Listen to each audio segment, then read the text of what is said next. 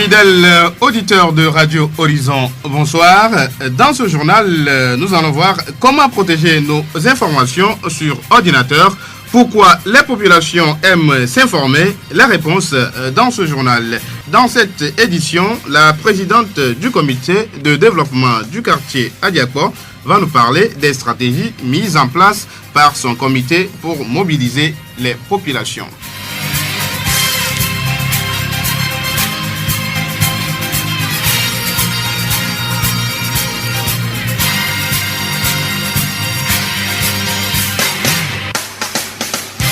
Radio Horizon à Thiéviers sur 101.1. Fidèles auditeurs et auditrices de Radio Horizon, encore une fois, bonsoir. Voici le développement des titres. Les comités de développement de quartier sont des regroupements de personnes qui animent la vie de leur quartier. Ces véritables acteurs du renforcement du lien social entre les habitants de leur milieu jouent un rôle important dans la démocratie locale. À Thiéviers, le comité de développement du quartier Adiakpo a mis en place des stratégies afin de réussir la mobilisation de sa communauté. Madame Doglan Adedje Massan, présidente du comité de développement du quartier Adiakpo. La population d'Adiakpo participe beaucoup aux travaux communautaires. C'est la communication. Le plus souvent, nous faisons des réunions périodiques avec la population. Nous les informons pour les mettre au parfum de ce qui se passe après des séances de travail à la mairie ou bien organisées par la GIZ ou bien après les séminaires. On informe la population de ce qui se passe et ce qu'il y a lieu de faire. Aussi, nous gongonnons pour les appeler. Et ce qui nous a encore aidé, c'est la cassade de citoyenneté que nous avons organisée, aidée par la GIZ dans notre quartier, qui nous a permis de former plus de 500 personnes sur la citoyenneté, devoir du citoyen, qui est citoyen, comment le citoyen peut aider son milieu, si bien que la population est imprégnée du bien fondé de la participation aux travaux communautaires dans notre quartier. Donc il y a ce courant de communication qui passe entre le bureau du CDQ du quartier d'Adiakpo et la population, si bien qu'on travaille en symbiose et on est bien. Pour une femme, présider un comité de développement de quartier est difficile. Mais selon Madame Doglan, c'est un rôle qu'on peut toutefois facilement jouer avec volonté et rigueur. La patience, les conseils des uns et des autres, les formations ont fait que j'ai vu que je suis arrivée à avoir la confiance de la population. C'est un parcours de combattant. Franchement, je me suis dit que après la retraite, je voudrais me reposer. Je ne veux plus me mêler dans ces histoires. Surtout, c'est mon quartier. Je suis née ici. Mais j'ai vu que ça n'a rien à faire avec le devoir ou bien le travail qu'on m'a donné. La tâche est difficile, mais avec les formations et autres là, je suis arrivée à faire quelque chose et je suis bien avec la population. À l'approche de l'élection présidentielle 2015 dans notre pays, le comité de développement du quartier Adiakpo prévoit mener plusieurs actions. À une réunion, nous avons distribué des cassettes sur la paix. Nous prévoyons montrer ça à la population. Nous prévoyons organiser des réunions pour leur parler du devoir civique qu'est la participation ou bien d'aller donner sa voix à quelqu'un. Donc, nous allons faire beaucoup de sensibilisation après avoir passé la cassette. Voter, c'est un devoir civique. Celui qui est en âge de voter, qui a son nom sur la liste, sa carte, il est obligé de voter parce qu'il est citoyen. Et je dirais à la population de sortir massivement le jour là pour aller voter. Si je ne veux pas de quelqu'un, c'est par le vote que je dois le faire partir. Si je veux de quelqu'un aussi, c'est par le vote que je dois le faire venir au pouvoir. Donc, dans tous les cas, tout le monde doit aller voter. Il faut voter, il faut aller choisir son candidat. Notre pays nous appelle. Pour Madame Doglan Adedje Massan, la présidente du comité de développement du quartier Adiakpo, tous les Togolais doivent converger leurs idées et forces pour le développement durable de notre pays. Radio Horizon à Thiéviers sur 101.1. S'informer, c'est être au parfum de l'actualité locale, nationale et internationale. De nos jours, les journaux écrits, radiodiffusés et télévisés permettent aux populations d'être au courant des dernières nouvelles dans les domaines qui les intéressent. Quelques personnes interviewées ce mercredi à Thiévié nous ont dit pourquoi elles s'intéressent aux journaux. Sur les journaux, tout juste parce qu'il faut être au parfum des actualités, surtout au niveau des presses. On a de nouveaux vocabulaires, on découvre de nouveaux mots, vraiment des actualités qui font grandir sur le plan cognitif, affectif. Tout juste pour être à la page des événements du pays et du monde entier. Suivre les journaux, c'est très important. S'il y a un problème dans le pays, c'est à travers les informations qu'on peut savoir. Au niveau de la santé, s'il y a une maladie qui circule, comment il faut se protéger, comment il faut faire l'hygiène pour ne pas attraper cette maladie. Au niveau de la politique, par exemple, s'il y a les grèves et autres, il faut écouter les informations pour savoir comment réagir face aux problèmes qu'il y a dans le pays. Par exemple, quand on a fermé les écoles entre-temps, si ce n'était pas des informations, peut-être certains ne sauraient pas qu'on a déjà réouvert les écoles et que les élèves vont commencer les cours. L'information,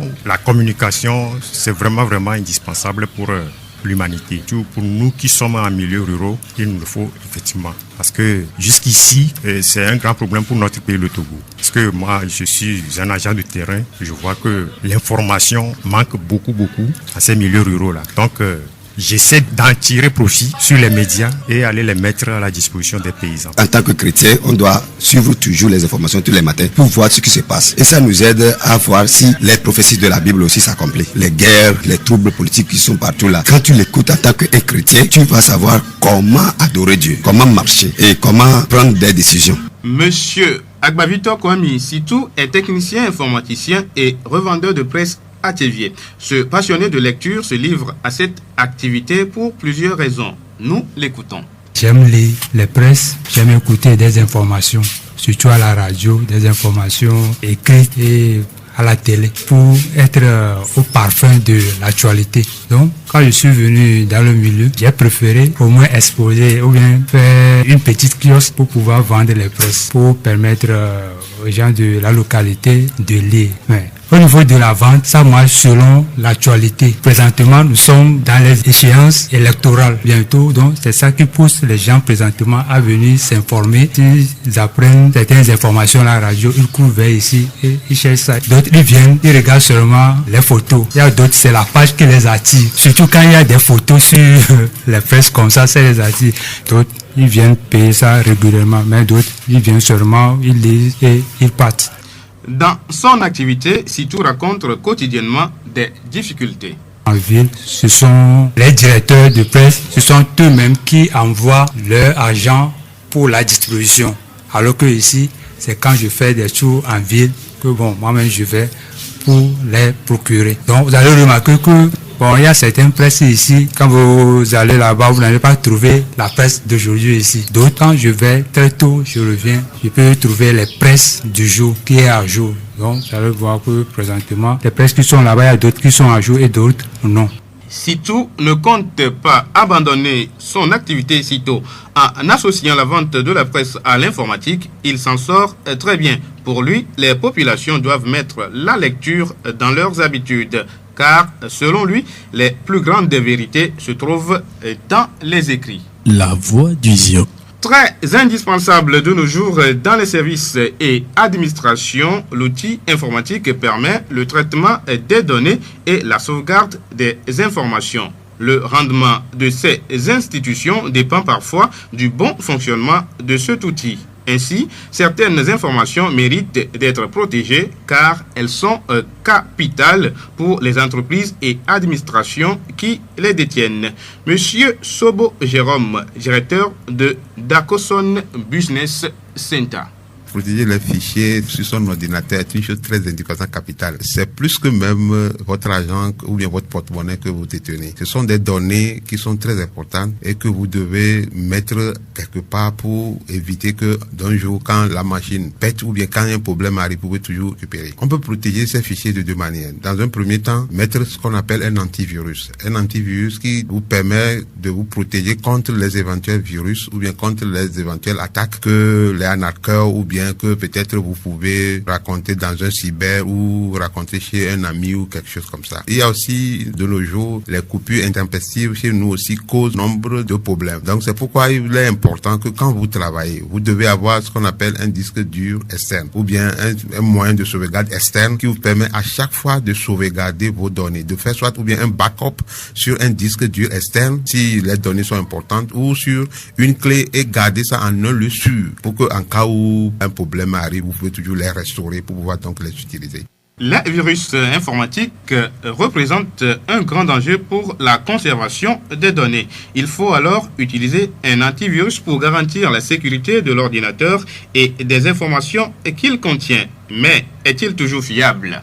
Il y a aujourd'hui ce que nous recevons gratuitement et ce qui a de valeur. Donc ce qui a de valeur a un prix. Il faut savoir que sur l'internet aujourd'hui, il y a beaucoup d'antivirus qui sont là, que l'on vous propose, on dit gratuitement. Donc ce que vous avez gratuitement ne vous donne pas toutes les garanties possibles. Donc il y a des antivirus que vous téléchargez, vous mettez, mais quand les virus viennent, ils vont attaquer vos machines parce que ce sont des choses qui font juste à titre publicitaire pour vous inciter qu'après un mois d'utilisation, il faut que vous puissiez payer. Donc en réalité, tous les antivirus sont payants. Bon, mais quand on fait des propositions, bon, surtout compte de notre état de sous-développement, nous mettons ça et puis nous disons là-bas que oh, moi j'ai un antivirus, moi j'ai un antivirus. Mais vous êtes là-bas, l'antivirus est là, mais vous n'êtes pas protégé. L'autre chose, vous pouvez avoir aussi un antivirus, mais vous pouvez être encore attaqué. L'antivirus, quand vous l'avez à une date T donnée, sans tenir en compte des virus qui sont là jusqu'à cette date T. S'il y a une date T plus 1, il y a de nouveaux virus qui sont sortis et que vous n'avez pas fait la mise à jour de votre antivirus, vous risquez d'être attaqué par les virus qui vont sortir à cette date T plus 1 et pas vos machines. Donc c'est pourquoi il est impératif aussi que quand bien même on a un antivirus, il faut faire ce qu'on appelle la mise à jour régulièrement sur Internet. Les clés USB sont aussi un risque d'infection pour les ordinateurs. Un autre danger pour la sécurité de nos informations. Leur utilisation appelle à la prudence. Les clés, en fait, ne sont pas des risques, mais c'est le fait de traîner ça d'une machine à une autre qui est le risque. Prenons par exemple, moi j'ai une clé USB que je prends, je vais chez mon ami, tout de suite je dis, j'ai vu quelque chose, puisque aujourd'hui malheureusement, nous sommes plus intéressés par la musique, par les bizarreries. Je vois ça, je pique. Avant de mettre ma clé dans la machine, je ne me suis pas rassuré que cette machine n'est pas virusée. Une fois que cette machine est virusée, que je mets ma clé dans la machine, tout de suite, ma clé prend ses virus, et une fois que je rentre chez moi, si je ne suis pas protégé, donc de facto, moi aussi je suis virusé. C'est les mains sur la tête, oh j'ai perdu mes données, j'ai perdu mes données. Donc les clés même en elles-mêmes ne constituent pas le danger, mais c'est le fait que nous les traînons de machine à machine qui ne sont pas tellement protégées qui est le danger. Monsieur Sobo, en bref, que recommandez-vous aux utilisateurs afin qu'ils soient à l'abri de tout risque lié à l'utilisation des ordinateurs? Nos machines qui sont là, qui doivent être normalement suivies un entretien régulier, par le simple dépoussiérage, les gens diront que non, c'est moi, il a mis de l'air, qu'est-ce que tu as fait? Non. Parce que d'abord, quand il y a des poussières sur les cartes mères, cela peut donc aussi agir sur la machine. Donc, il est bon temps quand même que nous faisons de temps en temps, ne serait-ce que peut-être une fois, chaque 3 mois, des entretiens de l'ordinateur et mettre un antivirus pour sécuriser nos appareils. Tout dépend de ce que vous faites. Si vous êtes dans une administration, ou bien vous êtes dans un service, vous voyez que les données dont vous traitez sont capitales, donc sont importantes pour vous. Donc il y a de quoi mettre des antivirus, non pas téléchargés gratuitement, mais des antivirus qui ont de valeur. Tous les antivirus quand même sont bons. Les gens pensent que c'est seulement Kaspersky, mais c'est pas seulement Kaspersky. Il y a des antivirus qui sont achetés, qui ont une valeur, sont quand même tout bons. Donc je conseillerais aux gens d'entretenir leur machine comme si ça faisait partie intégrante d'eux-mêmes pour éviter certains déboires que nous subissons, que nous vivons par moment, malheureusement même avec certaines institutions, que ce soit financières ou de l'administration. Nous remercions Monsieur Sobo Jérôme, directeur de Dacoson Business Center, pour ses conseils sur la sécurité informatique. Il a été interviewé ce mercredi par notre confrère Edem Agbetoso. Rien n'est facile, mesdames, messieurs, mais tout est possible. Fin de cette édition. Merci de l'avoir suivi. Merci à toute l'équipe de la rédaction. Présentation Denis Gossou. Réalisation Gaëtan Amouzou. Très bonne suite de nos programmes.